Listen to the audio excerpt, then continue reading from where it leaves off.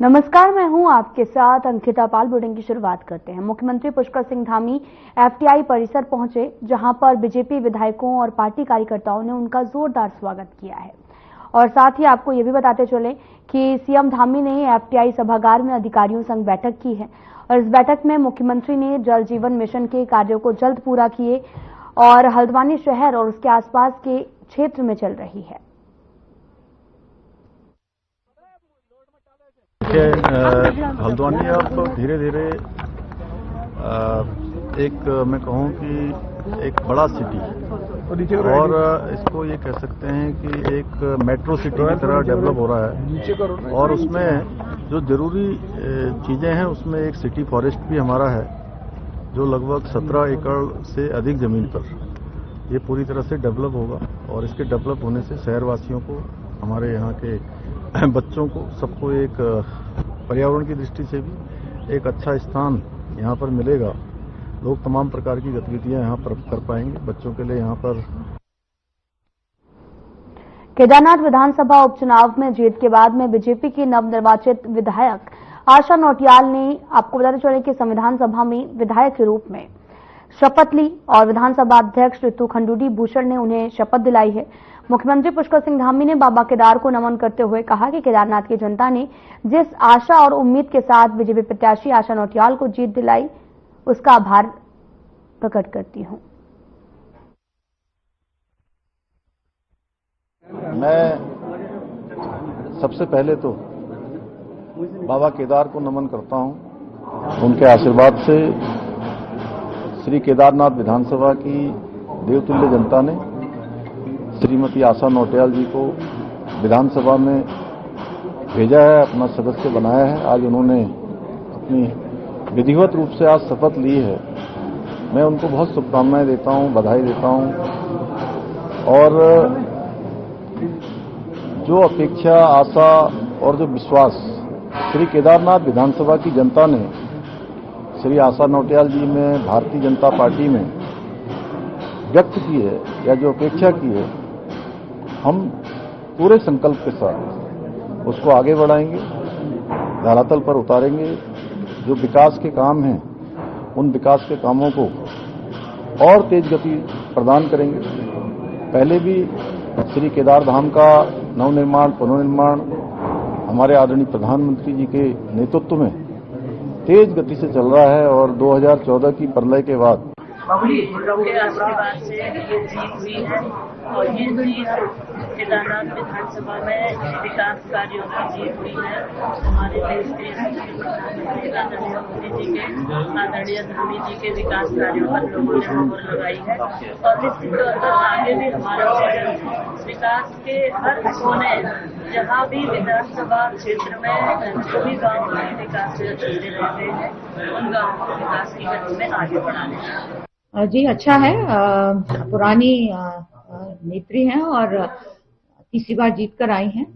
महिलाओं की अच्छा है, एक और महिला जीत कर आई हैं और सदन में महिलाओं की बात रखेंगे, मुझे पूर्ण विश्वास है। एक्सपीरियंस्ड नेता हैं और सदन को भली भांति जानती हैं, रूल कानून को भली भांति जानती हैं, तो मुझे पूर्ण विश्वास है कि केदारनाथ जी से जीत कर आई हैं केदारनाथ से, वहाँ का अच्छा रिप्रेजेंटेशन अब सदन में होगा।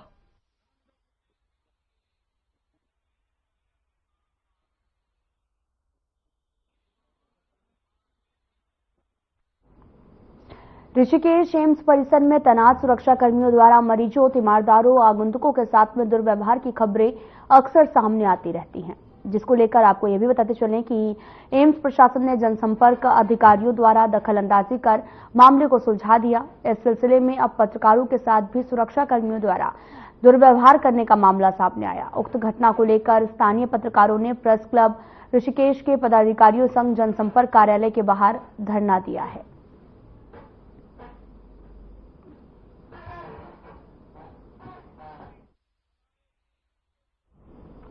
देहरादून के जिलाधिकारी सविन बंसल ने देहरादून जनपद के कालसी ब्लॉक में आयोजित हुए जन सुनवाई कार्यक्रम में भाग लेने के लिए पहुंचे। वहीं ब्लॉक सभागार में कालसी के उप जिलाधिकारी और देहरादून के सीडीओ अभिनव शाह के साथ में सभी विभागों के अधिकारी मौजूद रहे। इस दौरान स्थानीय जनता ने जिलाधिकारियों को अपने अपने क्षेत्र की समस्याओं से अवगत कराया है।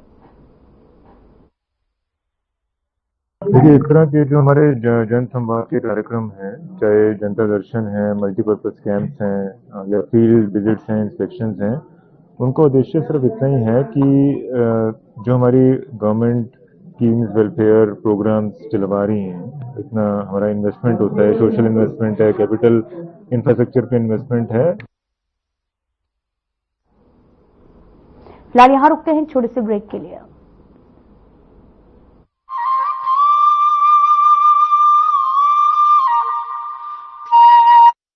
नशा करने के लिए कई लोगों द्वारा एक ही सिरिंज का इस्तेमाल करना HIV के प्रसार का एक बड़ा कारण है। प्रदेश में HIV और एड्स से डटकर मुकाबला करने और इसके प्रसार की रोकथाम हेतु बड़े स्तर पर कार्यक्रम चला रही है उत्तराखंड सरकार।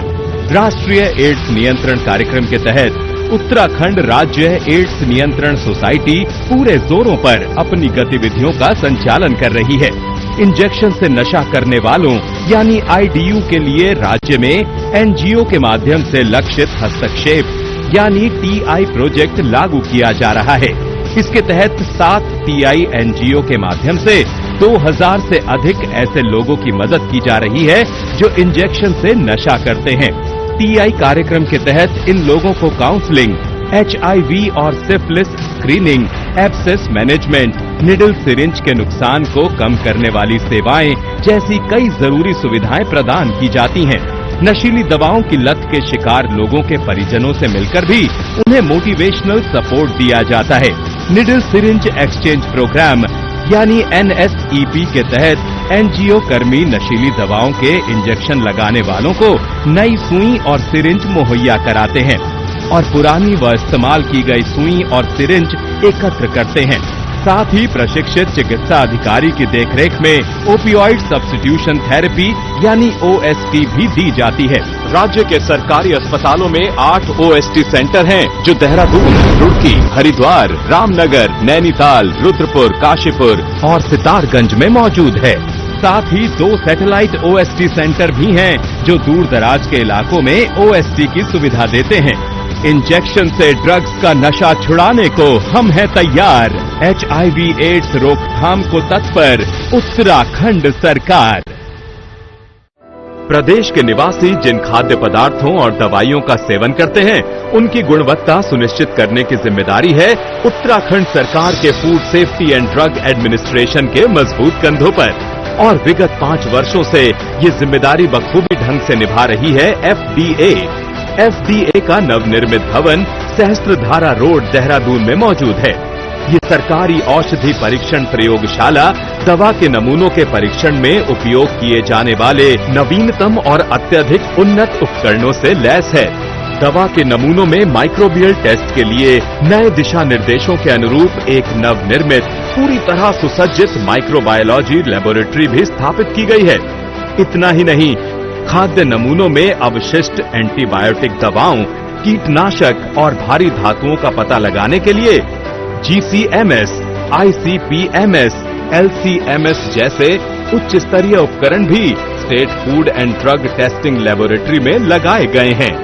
FDA समय समय पर बाजार से खाद्य पदार्थों और दवाओं के सैंपल एकत्र कर उनकी बारीकी से जांच करती है ताकि प्रदेशवासियों की सेहत से ना हो कोई समझौता। 2022-23 में 460 सैंपल में से 80 सैंपल गुणवत्ता टेस्ट में फेल हुए। ड्रग्स कंट्रोल विंग ने नियम तोड़ने वालों पर कार्रवाई करते हुए TNC एक्ट के तहत 6 और NDPS एक्ट के तहत 8 मुकदमे दर्ज किए और 36 आरोपियों को गिरफ्तार किया। इसी तरह फूड सेफ्टी विंग ने वर्ष 2023-24 में 355 मुकदमे दर्ज किए, जिनमें से 345 मामलों के फैसले आ चुके हैं। इनमें से 332 मामलों में जुर्माने लगाए गए, जिनकी कुल राशि 1,04,23,000 है। FDA उत्तराखंड, आपके स्वास्थ्य के सच्चे प्रहरी। नशा करने के लिए कई लोगों द्वारा एक ही सिरिंज का इस्तेमाल करना HIV के प्रसार का एक बड़ा कारण है। प्रदेश में HIV और एड्स से डटकर मुकाबला करने और इसके प्रसार की रोकथाम हेतु बड़े स्तर पर कार्यक्रम चला रही है उत्तराखंड सरकार। राष्ट्रीय एड्स नियंत्रण कार्यक्रम के तहत उत्तराखंड राज्य एड्स नियंत्रण सोसाइटी पूरे जोरों पर अपनी गतिविधियों का संचालन कर रही है। इंजेक्शन से नशा करने वालों यानी आईडीयू के लिए राज्य में एनजीओ के माध्यम से लक्षित हस्तक्षेप यानी टीआई प्रोजेक्ट लागू किया जा रहा है।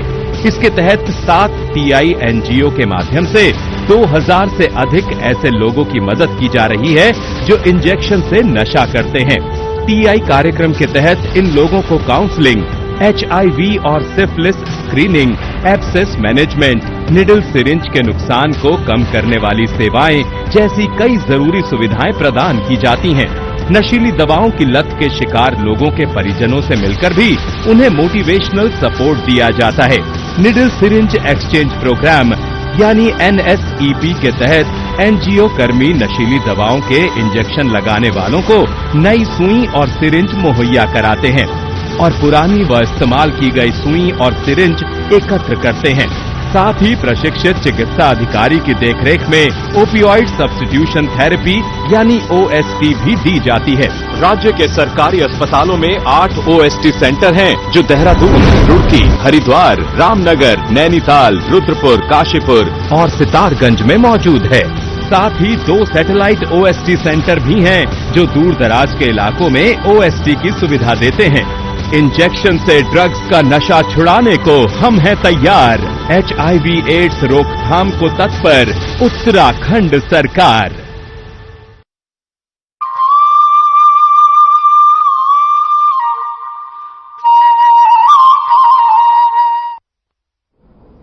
ब्रेक के बाद स्वागत है आप सभी का। रुख करते हैं खबरों की तरफ।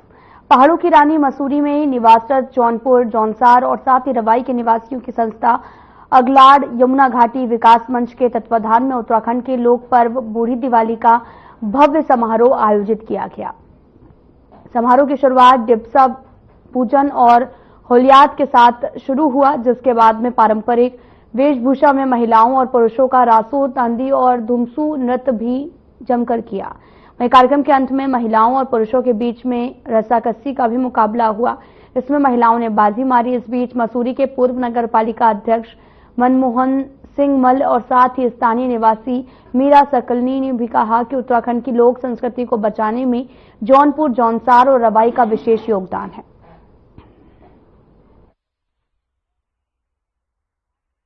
जो पूरी अगलाड़ वैली है और यमुना वैली है, ये पूरी वैली में जो आपका जौनपुर है, जौनसार है और रवाई घाटी है, ये सभी लोग मिलकर के क्योंकि जो दिवाली है वो यहाँ पे मंगसिर की दिवाली मनाई जाती है इस क्षेत्र में।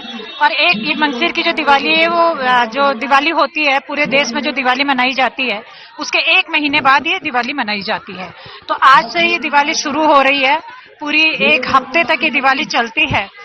और इसके दिवाली के इस सेलिब्रेशन में हमारे विगत कई वर्षों से जो है ये पूरी दिवाली का कार्यक्रम मनाया जाता है। ये श्री रामचंद्र भगवान जब लंका से जो है विजय प्राप्त करके आ जाओ उस समय पहाड़ में जो है विशेषकर हमारा अगलाड़ यमुना घाटी और पहाड़ में जो है इसकी सूचना 1 महीने बाद मिली। देखिए आज यहाँ पर अगलाड़ यमुना घाटी विकास मंच जो हमारा विकास समिति जो है उसके माध्यम से विगत कई वर्षों से यहाँ पर जो है बूढ़ी दीपावली का कार्यक्रम होता है। और उसी कड़ी में आज यहाँ पर पूरे समिति के साथ साथ पूरे शहरवासी, चाहे वो किसी धर्म बोली भाषा के लोग हैं, सभी लोग यहाँ पर एकत्रित होकर के आज जो है इस कार्यक्रम को यहाँ पर मना रहे हैं। और इसके पीछे भी कारण है कि हम क्यों बूढ़ी दीपावली क्यों मनाते हैं। इसके पीछे यह है कि लोगों का कहना है या किंवदंतियां हमारी ऐसी है कि जब भगवान रामचंद्र जी शहर में पथ विक्रेताओं के लिए साल 2014 में बने केंद्र सरकार के कानून को पूरी तरीके से लागू करने की मांग ने फिर से जोर पकड़ लिया है। हॉकर ज्वाइंट एक्शन कमेटी के बैनर तले रेहड़ी पटरी पर काम करने वाले लोगों ने एसडीएम कार्यालय पर नारेबाजी करते हुए प्रदर्शन किया। इस दौरान एसडीएम को एक ज्ञापन भी सौंपा। ज्ञापन में पथ विक्रेताओं के लिए कई प्रकार की सुविधाओं को जुटाने की मांग की गई है। ज्वाइंट एक्शन कमेटी से जुड़े रेहड़ी पटरी और डिलीवरी ड्राइवर से एकत्रित होकर एसडीएम कार्यालय पहुंचे हॉकर ज्वाइंट एक्शन कमेटी के बताया कि शहर में वेंडिंग जोन बनकर पथ विक्रेताओं को स्थायी ठिकाना देने की मांग एसडीएम से की गई है।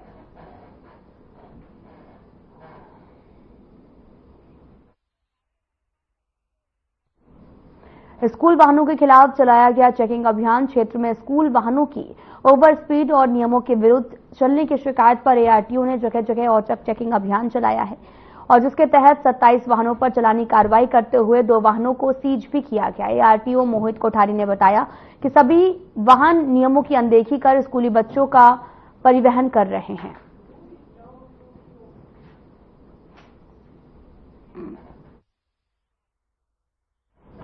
उत्तराखंड चारधाम के कपाट शीतकाल के लिए बंद होने के बाद अब उत्तराखंड सरकार शीतकालीन यात्रा पर जोर दे रही है।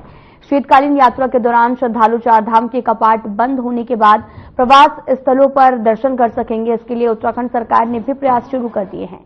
शीतकालीन यात्रा में धामी सरकार GMVN गेस्ट हाउस की किराए में 10% छूट का लाभ भी दे रही है। देखिए, एक तो सबसे पहले तो हम अपने जो भी शीतकालीन स्थानों पर आने वाले यात्री हैं, पर्यटक हैं, श्रद्धालु हैं, उनको किसी प्रकार की भी असुविधा का सामना न करना पड़े, हम उसको प्राथमिकता से लेते हुए कल से ही हमने इस दिशा में काम करना प्रारंभ कर दिया है। और हम कहेंगे जहां आज भारतवर्ष के अनेक अनेक स्थानों पर जहां धुंध लगी हुई है, सूर्य दिखाई नहीं देते हैं, हमारे यहाँ पर उनको हिमालय भी दिखाई देगा, सूर्य भी दिखाई देंगे, अच्छा परिवेश भी मिलेगा और अच्छा एक पर्यावरण भी मिलेगा।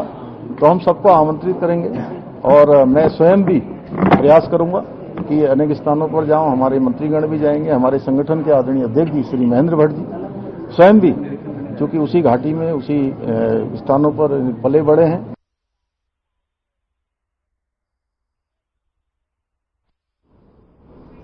क्लास बुलेटिन में इतना ही। नमस्कार।